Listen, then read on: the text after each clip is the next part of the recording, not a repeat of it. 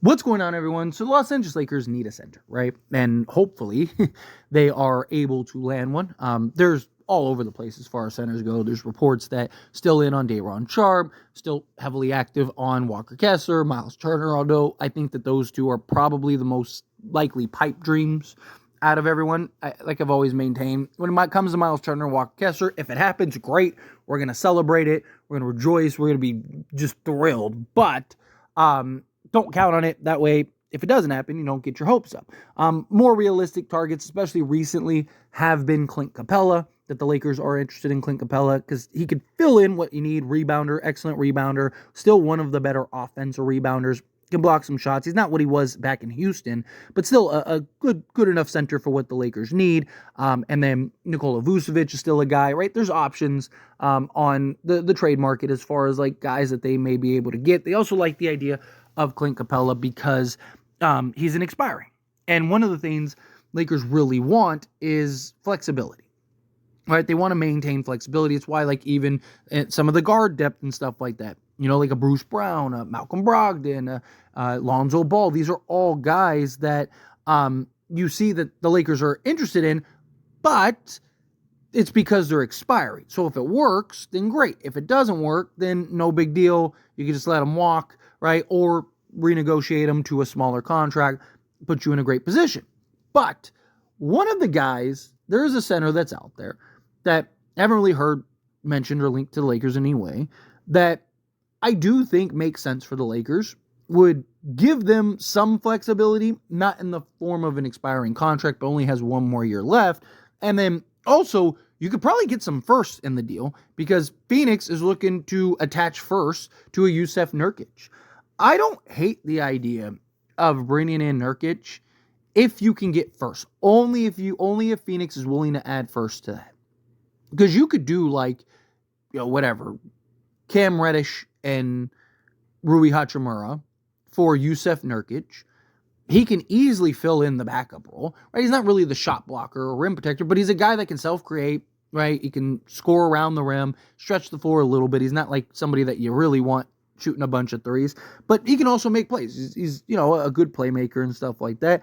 He just doesn't fit what the Suns need. He looks terrible on the Suns because he's literally the last piece that they need. I talked about it when they traded for him. I made a whole speech about it and how that was the last thing they needed. They needed a guy like Nick Richards, not a guy like Jusuf Nurkic, right? Jusuf has a very specific skill, right? He's like a poor man, kind of Jokic, Nikola Vucevic type guy, right?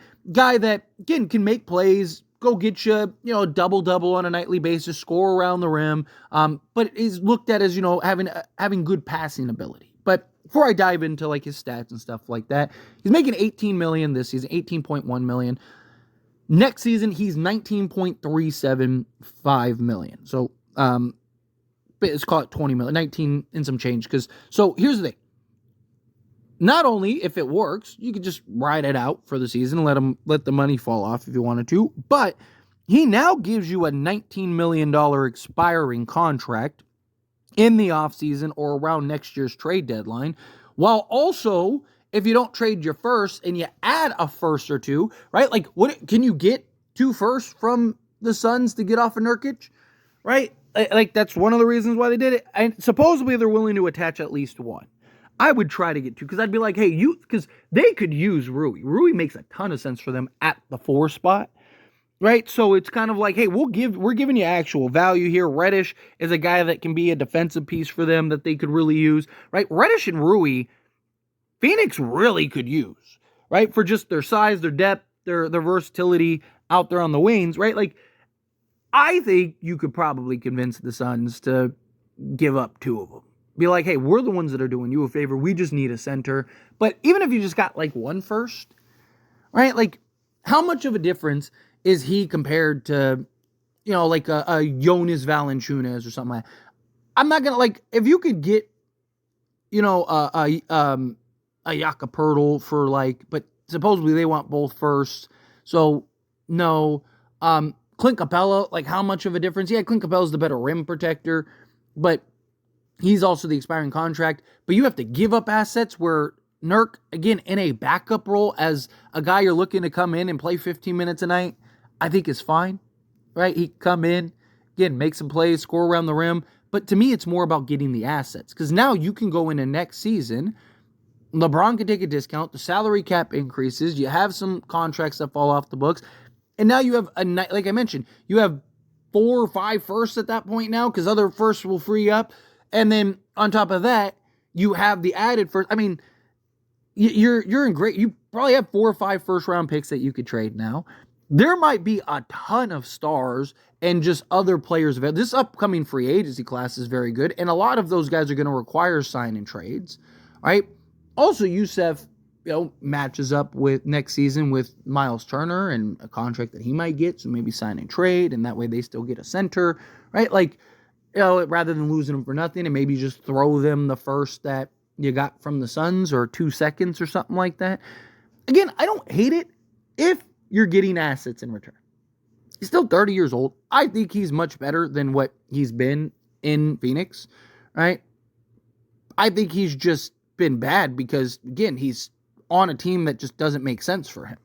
And even then, he's still a near double-double guy in limited minutes, right? So this season, right, 25 games he's played, he's averaging 23.7 minutes, right? He is shooting 45.4% from the floor on 6.5 attempts, right? The reason he's shooting 45% from the floor is because they have him taking 2.4 3-point attempts per game, right? He's shooting 32.2% from 3-point range on the season on 2.4 attempts, which isn't great, but for a center, that's actually pretty good. And then from 2-point range, he's shooting 53% on 4.2 attempts. He has an EFG of 51.2%. Free throw shooting, he's 70% this season.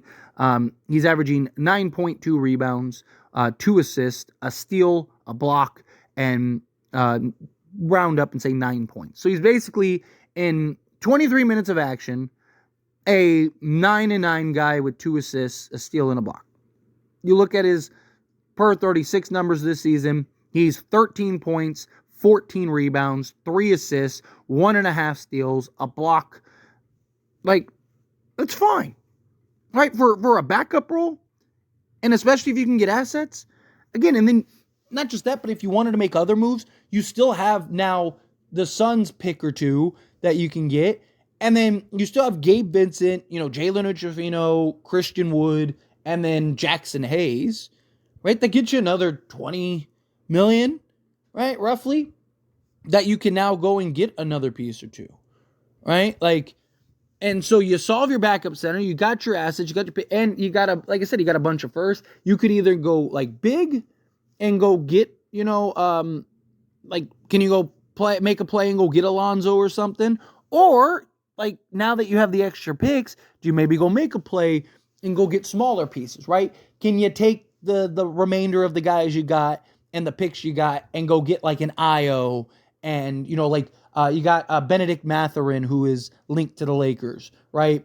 Can you go get because now you have, 3 firsts and 3 pick swaps in 2 seconds. Can you maybe get a Mathurin and an Io because they're both making $7 million? Can you get them each for a first and a second, right? Boom. Now you just got those guys. And then Josh Richards, can you turn, Gabe Vincent and another piece into Josh Richards and throw in that other first and, whatever. And then boom. Now you got Jusuf Nurkic, but you were also able to turn that extra pick and picks into 3 young, versatile guys that can slot in essentially the 1 through 3, right? Like athleticism, youth, all that stuff. Like, to me, it'd depend on what other moves you can make or what other moves you do make. I don't hate it.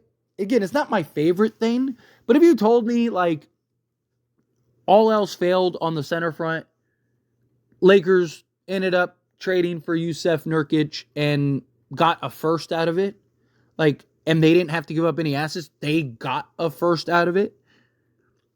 I'd be like, all right, cool. I don't think that is the problem. I don't think oh, that's it, Lakers best team in the league now. But I do think that's something that really helps. I think you can make an argument he's just as good, if not better, than Jonas Valanciunas, right?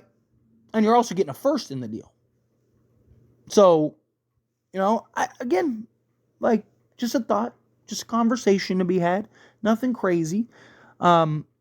But I would like to see, can Rob kind of work something out?